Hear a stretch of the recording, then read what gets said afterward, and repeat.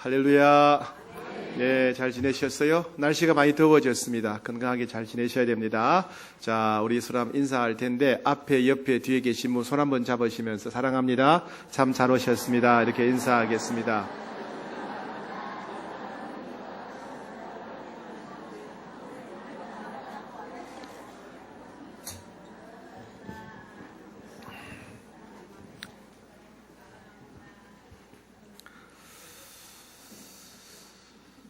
네, 어제 사랑의 순례 팀이 미리 답사를 다녀왔습니다. 장소가 안식관인데 양평군 용문면에 있는 용문산 관광단지 근처에 안식관이라고 하는 좋은 수련의 장소가 있는데 거기를 다녀왔습니다. 저희가 거기서 수련을 자주 하는데 금요일 날 저녁에 보통 막힐 때 가더라도 1시간 반이면 충분합니다. 1시간 반이면 충분히 가는데 어제는요, 낮에 갔는데 4시간 반 걸렸답니다. 4시간 반. 부산 가는 것만큼 시간이 걸렸어요. 그래서 고생들 많이 하셨죠. 아마 내일까지 연휴고 하니까 또 뭐 강원도로 또 그 동해로 놀러 가는 사람들이 많아서 그런 게 아닌가 생각합니다. 우리나라 강원도가 보면 가운데 태백산맥이 있죠. 태백산맥이 쫙 형성되어 있고 그쪽에 건너편에는 또 동해 바다가 있습니다. 이스라엘 땅이 강원도하고 비슷하게 생겼어요. 이스라엘에도 가운데 그런 산맥이 있습니다. 태백산맥처럼 산맥이 있어요. 차이는 이제 이스라엘 산맥은 나무가 없고 우리나라 산맥에는 나무가 많다는 차이입니다. 서쪽은 완경사고 동쪽은 급경사입니다. 그러니까 나라 한가운데 그렇게 산맥이 있고, 또 특이한 게 우리나라는 도시가 산 밑에 있죠. 그죠? 우리나라는 도시가 산 밑에 있는데 이스라엘은 도시가 산 꼭대기에 있어요. 베들레헴이라든가 헤브론, 예루살렘, 베델, 기브아 전부 다 산 꼭대기, 그 산맥을 따라서 중앙산지 산맥들 꼭대기에 형성되어 있습니다. 우리가 동해로 가려고 하면 태백산맥을 넘어갈 때 고개를 넘어가죠. 고개. 그죠? 그래서 제일 북쪽에는 진부령이 있습니다. 진부령을 넘어가게 되면 강원도 고성이 나옵니다. 그 다음에 미시령을 넘어가면 속초가 나오고, 밑에 있는 한계령, 단풍이 예쁜 한계령을 넘어가게 되면 양양이 나오죠. 고개를 따라서 넘어가게 됩니다. 그것처럼 이스라엘도 똑같이 그 고개 같은 게 있습니다. 그거는 고개를 그리지 않고 골짜기다 이렇게 말합니다. 골짜기. 제일 위에는 아얄론 골짜기. 이것은 지중해에서 기브아 쪽으로 연결되어 있고, 두 번째는 이제 소렉 골짜기. 이것도 지중해에서 이거는 예루살렘으로 연결되어 있고, 마지막으로 지중해 쪽에서 베들레헴 쪽으로 연결되어 있는 엘라 골짜기가 있습니다. 그래서 지중해 쪽 바닷가 쪽에 있는 이 블레셋이 산 위에 있는 이스라엘을 공격하려고 하면 이 골짜기를 통해서 공격을 합니다. 그게 길이니까 고개를 넘어가듯이. 그래서 아얄론 골짜기나 또 소렉 골짜기는 삼손이 활동했던 곳이죠. 그 다음에 엘라 골짜기를 통해서 공격을 하게 됩니다. 그 길이니까. 근데 이제 엘라 골짜기에서 블레셋과 이스라엘 사이에 큰 전쟁이 벌어지게 되었습니다. 골짜기를 두고 양쪽으로, 산 쪽에는 이스라엘 군대가 진을 치고 있고, 반대편에는 블레셋 군대가 진을 치고 있어서 마주보고 있습니다. 근데 가운데 골짜기에 한 사람이 나와가지고 소리를 칩니다. 블레셋 군대를 대표해서 골리앗이라고 하는 사람이 나온 겁니다. 그래서 이 골리앗이라고 하는 블레셋 장수가 나와가지고 이스라엘 군대를 막 욕을 하고 이스라엘 하나님을 막 저주를 합니다. 그러면서 너희 중에 한 명 나와가지고 내하고 1대1로 맞짱 뜨자. 내하고 맞짱 뜨자. 이렇게 막 소리를 지릅니다. 이 골리앗은요, 4절, 5절, 6절, 7절에 보면 설명이 되어 있는데, 가드 사람이라. 가드 사람은 이스라엘 백성들이 출애굽할 때 정탐꾼들이 가나안 땅에 갔다가 10명이 부정적인 보고했죠. 그들이 부정적인 보고를 했던 결정적인 원인을 제공했던 사람들이 가드 사람입니다. 그들은 키가 얼마나 큰지, 가드에 사는 사람들이 아낙 자손인데, 아낙 자손이 키가 얼마나 큰지 우리는 그들 앞에 메뚜기 같습니다. 가나안 땅은 너무 좋은 땅이지만은 그 사람들 때문에 우리는 그 땅을 차지 못합니다. 이렇게 부정적인 보고를 하게 만들었던 사람이 가드 사람이고 아낙 자손이에요. 그 아낙 자손의 후손이 이 골리앗이에요. 골리앗. 키가 엄청 크죠. 키가 어느 되느냐? 6규빗 한 뼘이다 그랬어요. 키가 6규빗 한 뼘. 우리 그 옛날에 자가 없을 때는 손으로 한 뼘. 한 뼘은 한 20cm쯤 되죠. 그죠? 그 다음은 뭡니까? 뼘 다음에는 한 발. 그죠? 한 발, 두 발 이렇게 하죠. 예. 근데 우리는 뼘 다음에 한 발인데, 이스라엘 사람들은 그 중간에 하나 더 있어요. 그게 뭐냐면, 요 팔꿈치부터 손끝까지 이걸 한 규빗이다 그래요. 규빗. 한 규빗. 한 규빗입니다. 요걸 몇 센치 되겠습니까?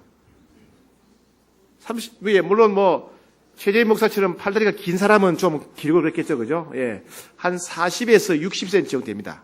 그러니까 사람마다 좀 다르죠. 대충 살았어요. 그냥 대충.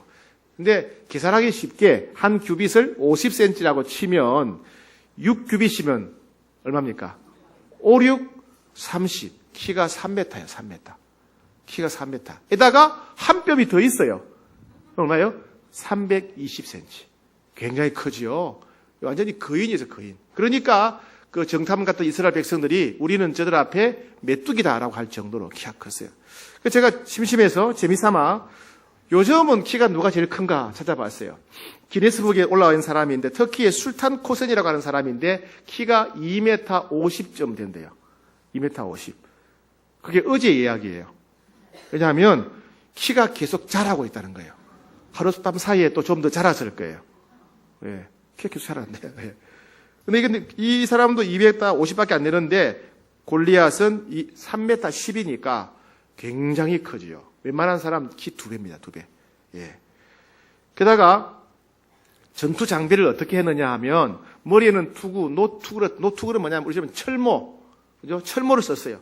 칼과 창으로도 보호하기 위해서 철모를 쓰고 그 다음에 이 몸에는 또 갑옷. 몸을 찌른 걸 막기 위해서 노쇠를 가지고 이렇게 비늘 모양으로 만든 갑옷의 무게가 60kg. 그러니까 완전히 쇳덩어리를 갖다가 몸 앞뒤로 그냥 딱 발랐다는 얘기입니다. 칼이 안 들어가도록, 창이 안 들어가도록. 그리고 다리에는 각반이라고 하는 걸 통해서 다리가 다치지 않도록 다리를 보호하기 위해서 각반을 붙입니다. 그 정도는 게 아니고 앞에 부하 한 명이 경호원이 방패를 들고 있어요. 방패를 들고. 왜? 이 골리앗에게 누가 활을 쏘거나 창을 던지면 그걸 탁 이렇게 막는 큰 방패 든 사람을 앞에 딱 두고. 그러니까 때릴 데가 없는 거예요. 머리에는 철모를 썼지요. 쇠로 된 갑옷을 입었죠. 방탄복을 입었지요. 다리도 각반을 했지요. 앞에 있는 그 부하가 큰 방패를 들고 다 그냥 화살 오는 거 다 막지요. 빈틈이 없어요. 완벽하게. 체격도 크고. 이 싸울 때는요, 팔이 긴 사람이 좀 유리해요. 여러분 싸움 안 해봤죠? 제가 하도 옛날에 싸움을 많이 해가지고요.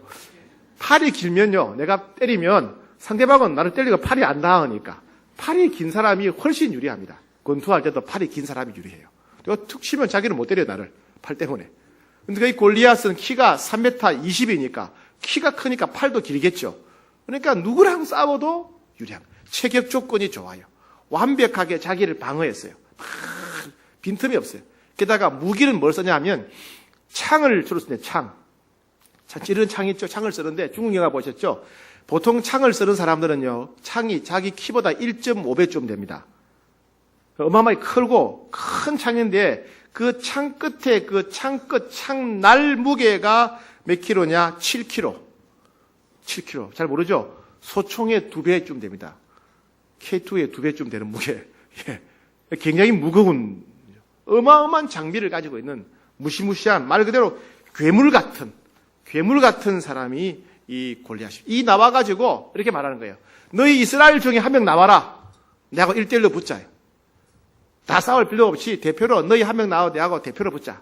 막 그러면서 이스라엘을 욕을 하고 막 저주를 하고 이스라엘의 하나님을 막 저주 이렇게 합니다. 이런 골리앗이 나와 설치는데 무려 40일 동안 제발 나와라. 나랑 1대1로 붙자. 밥 먹고 와가지고 또 붙자. 아무도 안 나오는 거예요. 왜 안 나올까요? 11절. 오늘 본문 11절 읽어보겠습니다. 11절.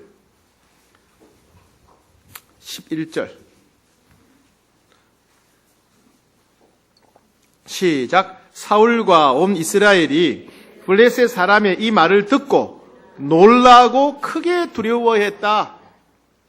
골리앗같이 거구가 키가 3m 20 되는 사람이 근 4m 이상 되는 큰 창을 들고 나와가지고 막 소리를 지르니까 가슴이 철렁 내려앉았다. 가슴이 철렁 내려앉고 겁이 나가지고 어찌할 바를 몰랐다. 벌벌벌 떨었다. 이 말이야. 아무도 골리앗과 싸우려고 나오지도 않는 거예요. 사울 왕이 저 골리앗과 싸워 이기는 사람한테 내가 돈을 억수같이 주고 뭐 내 딸도 주고 앞으로 세금 면제다 이렇게 말해도 아무도 안 나서는 거예요. 왜? 나가면 죽으니까. 저 골리앗을 누가 이기겠어요? 저 거구인데. 근데 그때 다윗이 내가 골리앗과 싸우겠습니다. 다 나온 거예요. 어린아이인데 한 10대예요. 10대. 중고등학생쯤 된 애가 와서 내가 싸우겠습니다. 그러니까 사울이 비웃어요. 야, 네가 뭐 하냐? 너는 보니까 어린아이네, 어린아이. 너는 어린아이지만 소년이고 청소년인데 저 골리앗은 키가 3m20이야. 거인이야, 거인. 너는 양이나 키우다 왔지만은 저 골리앗은 체격이 커가지고 어릴 때부터 전쟁터에 나와가지고 사람을 죽이는 기술을 배운 사람이야. 경험에서도 너는 안 되고 체격에서 너는 안 된다. 너 안 돼. 그렇게 이제 말립니다. 그러자 다윗이 이렇게 말합니다. 저는 양을 키우다가 소가 아니라 곰하고 사자하고 싸워 이긴 적이 있습니다. 곰하고 사자하고 싸워요. 이 곰하고 사자가 양을 잡아먹으려고 달려들면 제가 돌멩이를 던져서 이겼다고. 그리고 그뿐이 아니라 저 골리앗이 살아계신 우리 하나님, 거룩하신 하나님을 저주하는데 내가 참을 수가 없습니다. 어떻게 저 할례 받지 못한 게 백성들이 하나님을 욕할 수 있냐고 제가 참을 수가 없습니다. 제가 사자하고 곰하고도 싸울 때 하나님이 저를 지켜주셨는데 저 골리앗하고 싸우면 하나님 분명히 지켜주실 줄 저는 믿습니다. 이렇게 말한 거예요.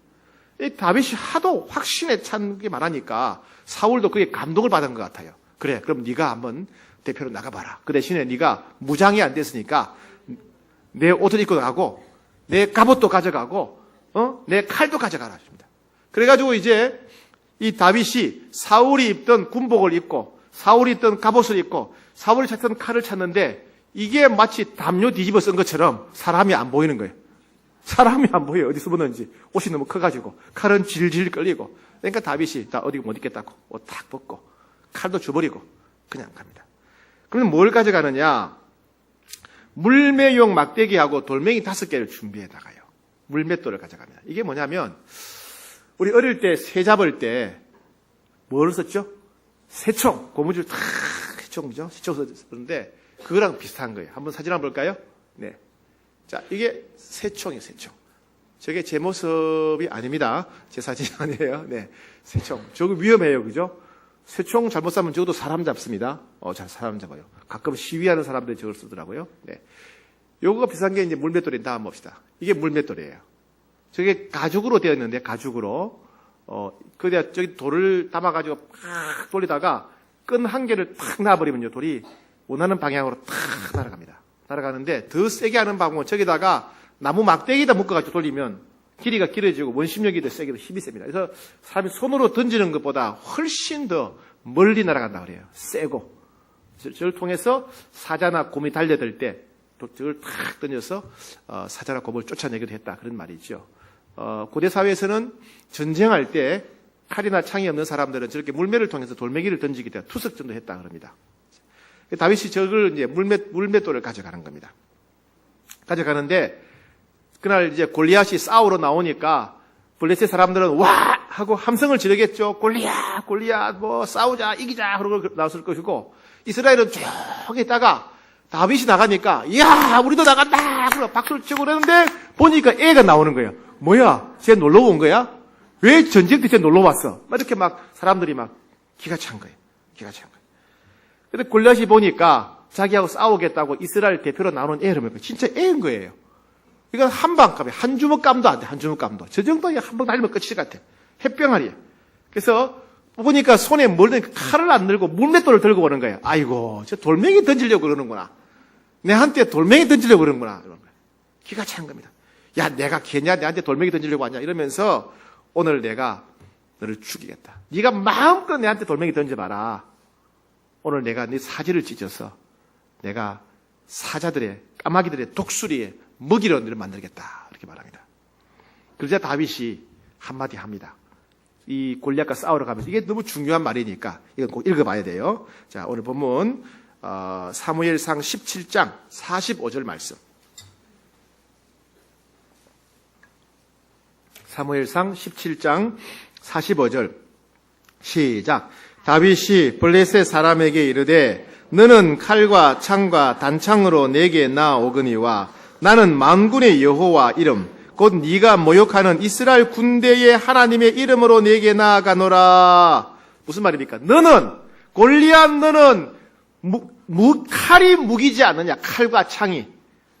창 날만 7kg 되는 그 창과 칼이 네 무기인데 내 무기는 너처럼 칼과 창이 아니라 하나님의 이름이다. 하나님의 이름. 네 무기는 칼과 창이고 내 무기는 하나님의 이름이다. 이렇게 말합니다. 자, 그 다음에 46절 17장 46절 시작.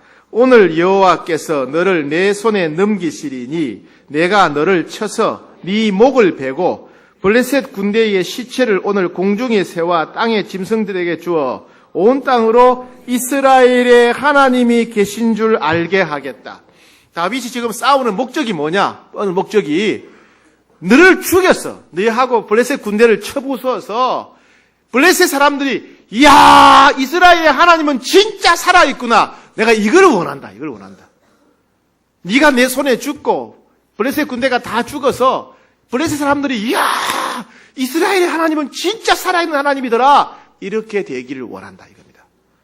그 다음에 세 번째 47절 시작. 또 여호와의 구원하심이 칼과 창에 있지 아니함을 이 무리가 알게 하리라. 전쟁은 여호와께 속한 것인즉 그가 너희를 우리 손에 넘기시리라.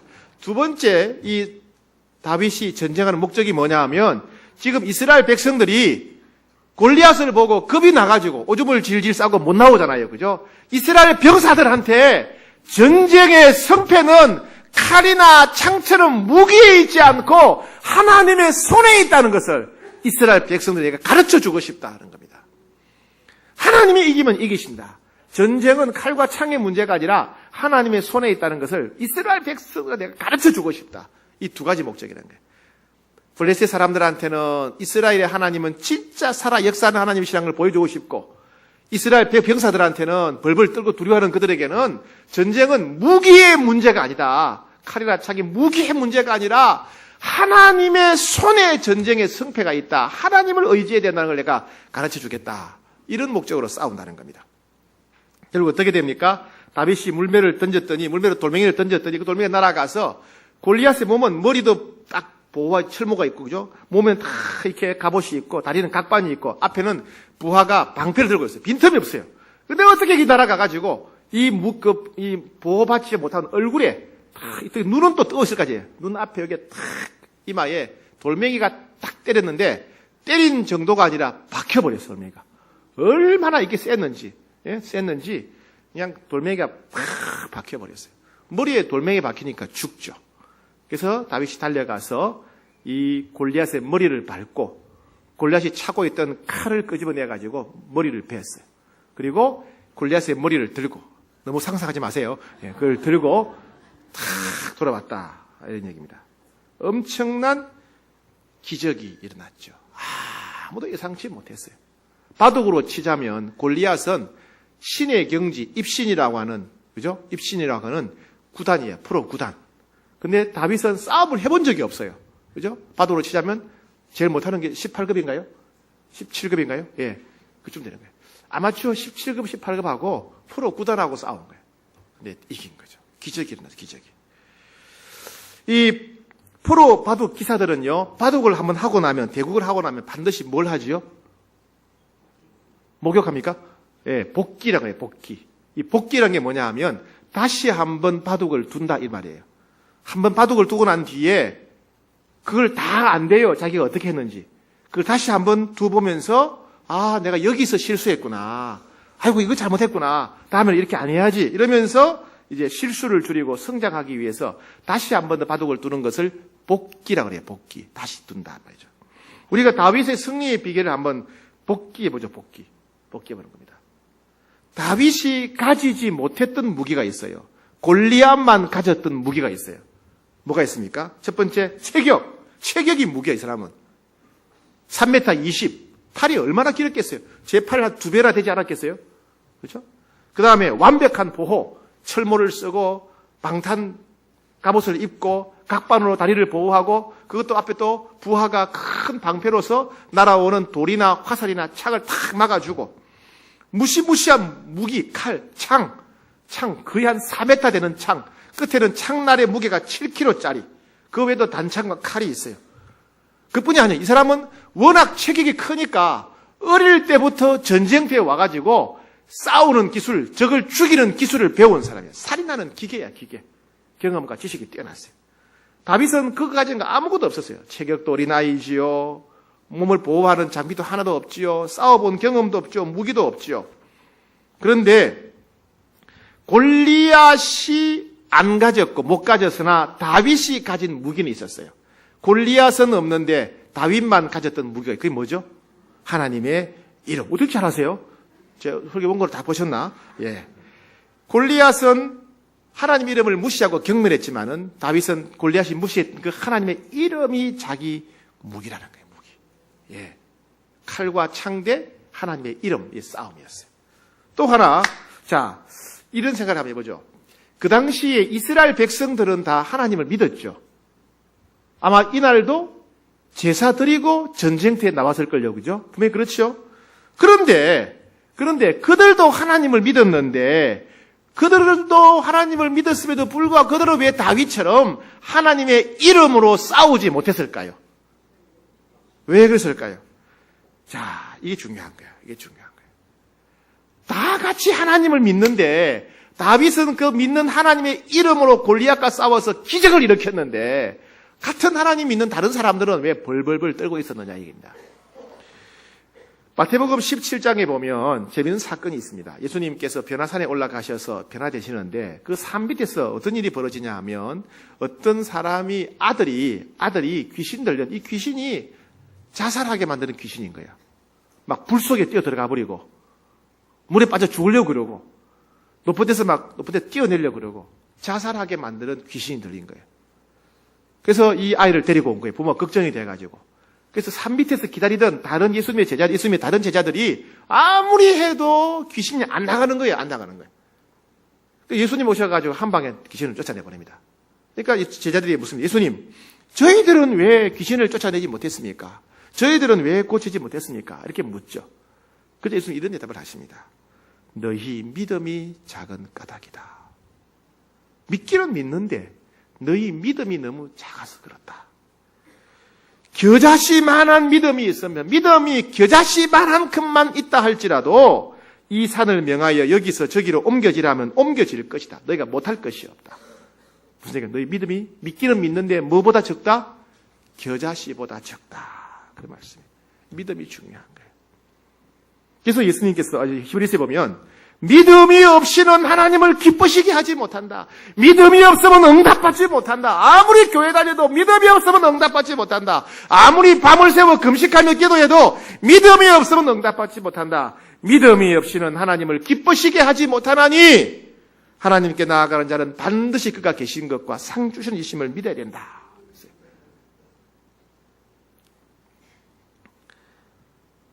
어떤 사람들이 등산을 갔는데 골짜기를 건너가야 돼요. 골짜기. 깊은 골짜기. 이쪽 산과 저쪽 산 사이 골짜기에 있는 그게 구름다리가 있어요. 구름다리. 출렁다리 있죠. 출렁다리가 있는 거예요. 그래서 이 다리가 안전한가 싶어서 열심히 조사를 해보니까 이걸 쇠줄로 만든 다리인 겁니다. 이 튼튼한 거예요. 안전한 거예요. 전부 다, 야, 이 다리 튼튼하다, 안전하다. 우리 건너가도 되겠다. 자, 건너가자. 그런데 아무도 안 가고, 무서워 이러고 있고, 한 명만 건너가는 거예요. 한 명만. 자, 그러면 다리가 안전하다고 믿었던 사람은 누굽니까? 건너간 사람만 믿었어요. 그죠? 그럼 나머지 다 같이 조사해가지고 이 다리가 안전하다 말했던 사람은 믿은 사람입니까? 뭐예요? 그 사람들은요, 머리로는, 지식으로는 이 다리가 안전하다, 과학적으로 안전하다인데 자기를 맡기지 못하니까 믿음이 없는 거예요. 믿음이. 그죠? 오늘날도 신앙생활을 이렇게 하는 사람들이 있어요. 성경을 많이 읽었어요. 성경을 많이 읽은 것이 믿음이라고 착각해요. 아니에요. 그건 아는 거예요. 지식이요. 지식. 믿음은 뭐냐? 의지하고 순종하는 삶이에요. 교회 오래 다녀서 들은 이야기가 많아. 들은 설교가 많아. 예? 기도도 많이 해. 근데 믿음이 없으면 아무것도 아닌 거예요. 아무것도 아닌 거예요. 성경을 많이 아는 것과 성경을 믿고 순종하는 것은 별개의 문제입니다. 별개의 문제. 예. 또 중요한 게 뭐냐면 다윗은 참 바른 동기를 가졌죠. 동기. 이게 중요해요. 왜? 그 시대 사람들도 기도했을 것 아니에요. 그죠? 오늘 여러분 이런 생각 들지 않습니까? 왜 나는 기도하면 응답이 안 될까? 나도 많이 기도하는데. 동기가 잘못되어서 그래요. 야고보 4장 3절에 구하여도 받지 못함은, 구하여도 열심히 기도하는데, 금식하며 기도하는데, 큰 소리로 눈물 흘리며 기도하는데 구해도 받지 못하는 사람들이 있대요. 왜? 정욕으로 쓰려고 잘못 구하기 때문이다. 내가 인정받으려고, 칭찬받으려고, 사울이 왕으로서 인정받으려고, 명예욕 때문에, 권력 때문에, 돈에 대한 욕심 때문에 전쟁을 일으킨 것처럼 잘못된 동기로 구하는 사람들은 응답받지 못한다. 다윗은 어떤 동기였습니까? 내가 이 전쟁에 승리해서 하나님이 살아계시다는 것을 블레셋 사람들이 알게 되기를 원한다. 내가 이 전쟁에 승리해서 골리앗과 싸워 이겨서 전쟁은 무기의 싸움이 아니라 하나님의 손에 있다는 것을 이스라엘 백성들이 알기를 원한다. 그게 관심이었어요. 자기 명예, 인기는 관심이 없었어요. 동기가 중요하다. 그런 말입니다. 그렇죠? 네. 이와 같이 하나님의 이름이 중요하고 동기가 중요하다. 동기가 중요하다는 얘기입니다. 자, 물어볼게요. 그러면 다윗 시대에는 다윗이 하나님의 이름으로 순수한 동기로 했더니 골리앗을 쳐 죽일 만큼 위대한 능력이 나타났어요. 그렇다면 오늘날도 다윗처럼 하면 동일한 효과가 있을까요? 오늘날도 하나님의 이름을 믿으면 능력이 나타나고 강력한 무기가 될 수 있을까요? 벌써 대답을 다 해버리면 제가 할 말이 없는데요. 미국에 셔우드 침례교회라고 하는 교회가 있는데, 셔우드 침례교회. 이 교회가 홍익교회만큼 좋은 교회예요. 여기는요, 담임 목사님이 뭐 하냐? 담임 목사 부목사님들이 영화 감독을 해요. 영화 감독. 영화를 만들어요. 교인들이 간증한 내용을 가지고 영화를 만들어요. 그럼 배우는 누가 하냐? 배우는 교인들이 배우예요. 다 배우예요. 그래서 교인들이 받은 은혜를 가지고 영화를 만들었는데 이 영화가 너무 잘 만들어져 가지고 헐리우드에서 만든 영화보다 더 인기가 있고 돈을 엄청나게 벌었다는 거예요. 지난번에 우리 영화 하나 봤죠? 워루면 영화 보셨죠? 그 워루면 영화가 이 교회가 이 셔우드 침례교회에서 만든 영화예요. 그 영화 감독이 그 교회 목사님들이에요. 거기에 나온 배우들은 전부 다 그 교회 교인들이에요. 그 영화의 내용은 그 교인들이 간증한 내용을 참고해서 만든 겁니다. 그 영화에 보면 이런 내용이 나오죠. 한 흑인 부부가 나옵니다. 남편의 이름은 토니, 그리고 부인의 이름은 엘리자베스, 딸의 이름은 다니엘. 근데 가족이 아니에요. 왜? 원수예요, 원수. 맨날 싸우는 거야. 남편이 엘리자베스하고 토니가 맨날 싸워요. 그 다음에 아빠랑 딸, 다니엘하고 아빠랑 딸이 또 싸우는 거야. 딸이 가출하려고 그러고 막. 하여튼 이 집안이 콩가루 집안이야. 싸우는 거야. 게다가 어느 날 남편이 바람이 났네요. 왜? 집에 오면 맨날 부인이 구박하니까. 부인의 구박을 못 이겨서 바람이 났어요. 그런데 이제 어떻게 하겠습니까? 부인 엘리자베스가 이혼하려고 생각하죠. 그러던 중에 이제 리저라고 하는 아주 믿음 좋은 할머니를 만나게 돼요. 할머니를 만나서 막 이런저런 얘기를 하는데 그 할머니가 물었어요. 그 엘리자베스 부인한테 당신이 가정에서 제일 잘하는 게 뭐냐? 그러니까 싸움을 제일 잘한다고. 나는 부부싸움 제일 잘한다. 절대 안 진다 이러는 거예요. 그 할머니 얘기가, 그 리저라는 할머니 얘기가 내 경험으로는 싸움으로는 절대로 남편을 바꿀 수 없더라. 싸움에 이겼다고 해서 남편이 바뀌지 않더라는 거예요. 그러면서 남편을 바꿀 수 있는 내가 좋은 무기를 하나 얘기해 주겠다. 무슨 무기입니까? 칼로 협박하는 겁니까? 그 무기는 기도라는 무기다. 기도를 가르쳐줘요.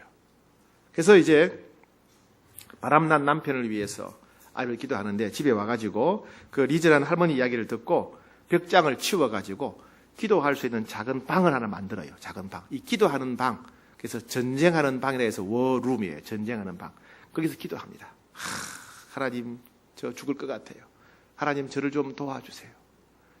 우리 남편하고 너무 안 맞고 남편이 바람이 났습니다.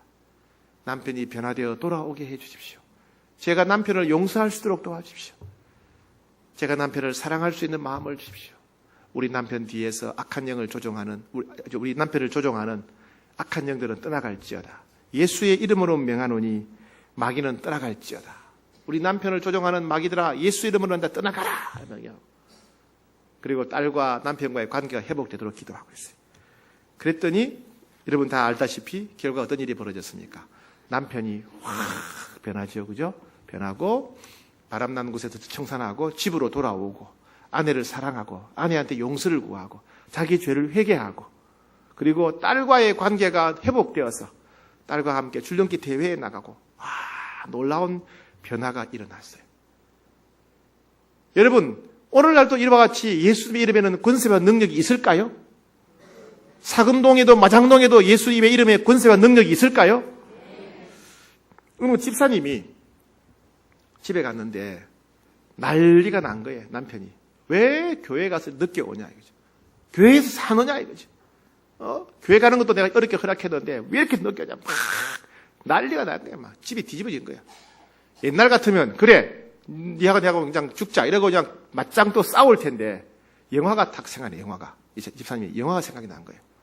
그래가지고 잠시만 그러고 화장실에 간 거예요.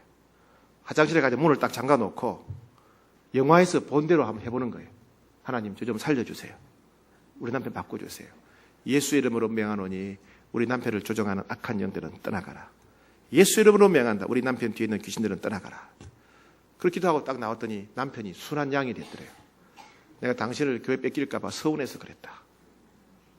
그 다음부터는 집에서 성경 읽어도 남편이 아무 말도 안 한다는 겁니다. 사금동에도 예수님이 계십니다. 마장동에도 예수 이름에는 권세 능력이 있습니다. 네. 우리 교회는 감사하게도 치유 역사가 많이 일어나죠. 폐암 걸렸던 분 낫고, 얼마 전에는 또 간경화로 간 이식을 2달 내에 하지 않으면 사형 선고가 내려졌던 청년 2명. 네.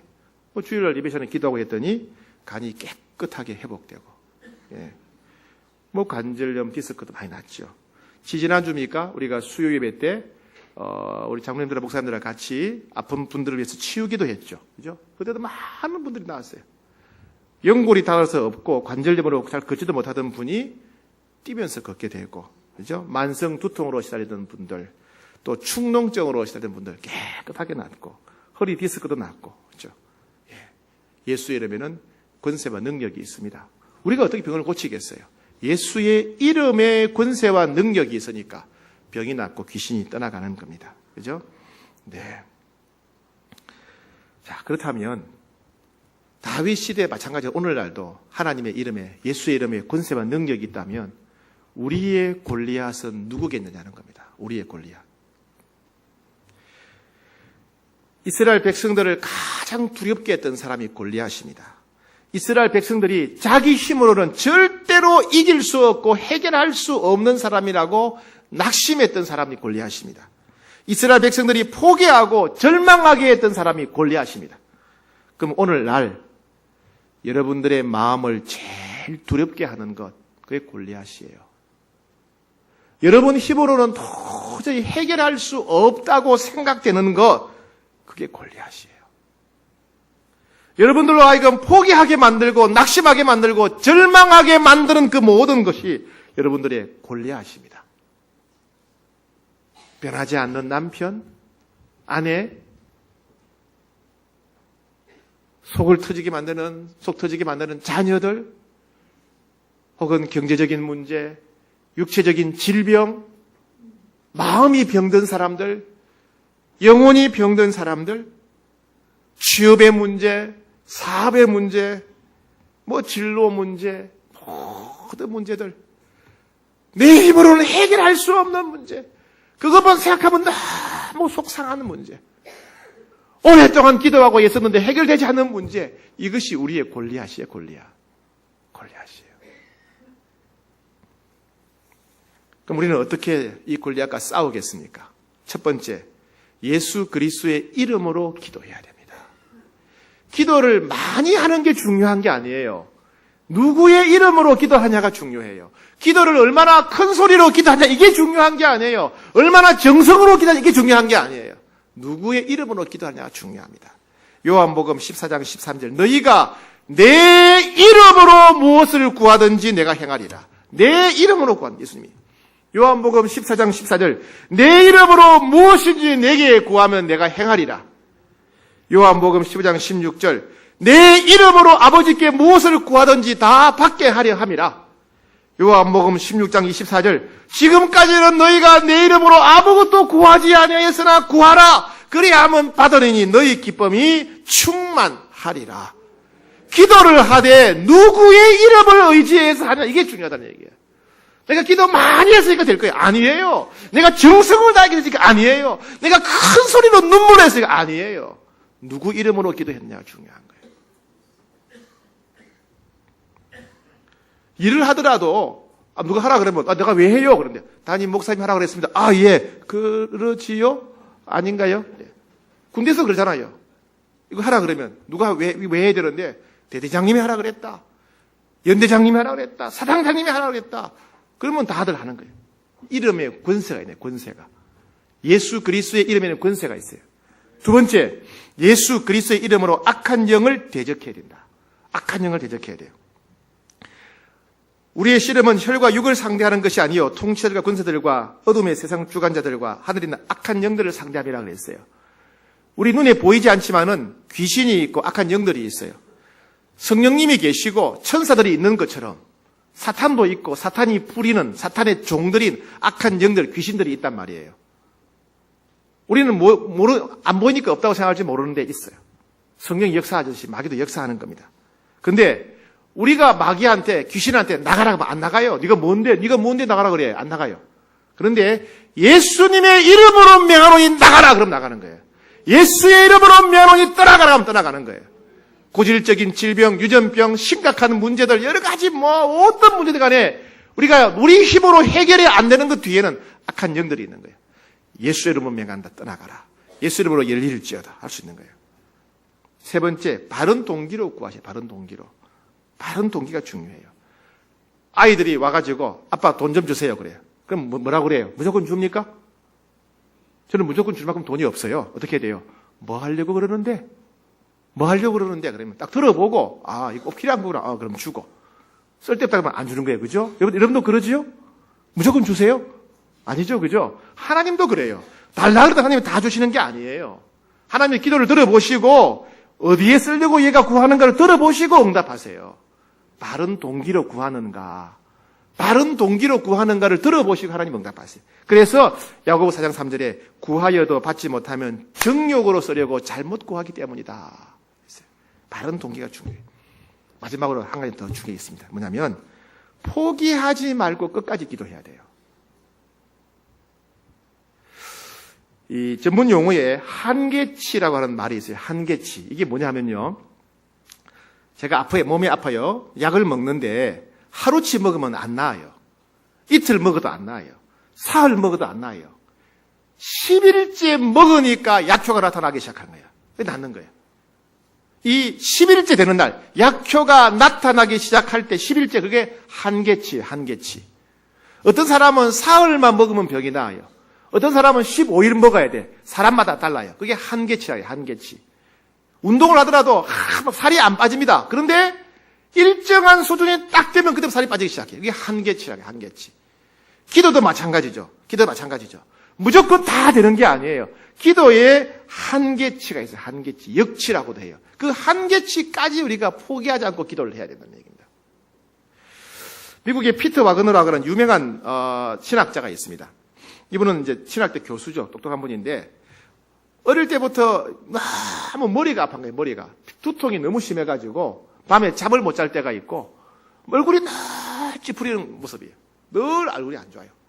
근데 병원에 가서 아무리 약을 먹고 진찰을 받고 수술을 하고 해도 이 두통이 사라지지 않는 거예요. 근데 평소에 자기가 무시하던 공부도 별로 안 하고 기도만 하는 좀 무식한 목사 친구가 있었어요. 친구가 이런 얘기야. 피트와그너 보고 당신 두통을 일으키는 귀신들을 예수 이름으로 쫓아내야 된다고. 그래야 두통 사라질 거라고. 귀신이 어디 있어? 귀신 같은 거 없어. 그리고 무시했다는 거예요. 근데 너무 머리가 아프니까 견딜 수가 없는 거예요. 그래서 집에 와가지고 물에 빠진 사람의 지푸라기 잡는 심정으로 한번 해봐야 되겠다. 근데 혹시 내가 귀신 쫓아내는 기도하면 사람들이 무식하다고 비웃을까봐, 어떻게 신학대학교 교수가 저러고 있어, 비웃을까봐 문 다 잠그고 화장실에 가가지고 또 문 잠그고 샤워기 틀어놓고 물 내려오는 소리에 기도하려고. 나는 못 알아듣게. 물 내려오는 소리에 기도하는 겁니다. 나사렛 예수 이름으로 명하는 내게 두통을 가져오는 귀신은 떠나갈지어다. 그랬는데 물이 싹 내려오면서 두통이 싹 사라져버리더라는 거예요. 와, 신기한 거예요. 그래서 그 친구는 전화를 한 겁니다. 무식한 친구한테. 야, 친구야, 내가 네 말대로 기도했더니 두통이 떠나갔다. 그러니까 그 친구가 보니까 또 아플걸? 그래. 또 아플걸? 왜 그러는데? 귀신이 이놈은 한번 나갔다가 또 들어온다고. 오래되는 것일수록, 독한 것일수록 나도 자기 집인 줄 알고 나갔다가 또 온다는 거예요. 좋아졌다가 또 나빠진다는 거예요. 그럼 어떻게 해야 되는데? 똑같이 하면 된다. 똑같이. 예수 이름으로 떠나가라. 아니라 다를까 며칠 뒤에 또 두통이 오는 거예요. 똑같이 기도해야 돼요. 언제까지 기도해야 되는데 몇십 번이든 몇백 번이든 간에 완전히 치료될 때까지 기도하라 그러니까. 진짜 몇십 번 오면 또 기도하고 기도. 그다음에 깨끗하게 치료가 되었다는 겁니다. 끝까지 기도해야 돼요. 끝까지 기도해야 돼요. 여러분, 모든 사람들 앞에는 나름대로 골리앗이 있어요. 모든 사람들 앞에서는 나름대로 다 골리앗이 있어요. 근데 선택은 두 가지입니다. 선택은 두 가지. 내가 예수 그리스도의 이름으로 대적해서 싸웠어. 끝까지 싸웠어. 승리하고 자유를 누리고 평안을 누리고 형통하고 행복하게 살든지, 아니면 내 힘으로 싸우다가 안 되면 포기하고 평생 슬퍼하고 평생 괴로워하고 평생 답답해하고 평생 낙심하며 절망하며 살다가 겨우 천국 가든지. 여러분의 선택에 달려 있어요. 어떻게 하실 거예요? 예수 이름을 의지해서 싸울 것입니까? 다윗이 이긴 것처럼 이기기를 원하십니까? 기도하셔야 됩니다. 기도하셔야 됩니다. 대적하셔야 됩니다. 승리한 여러분 되기를 축복합니다.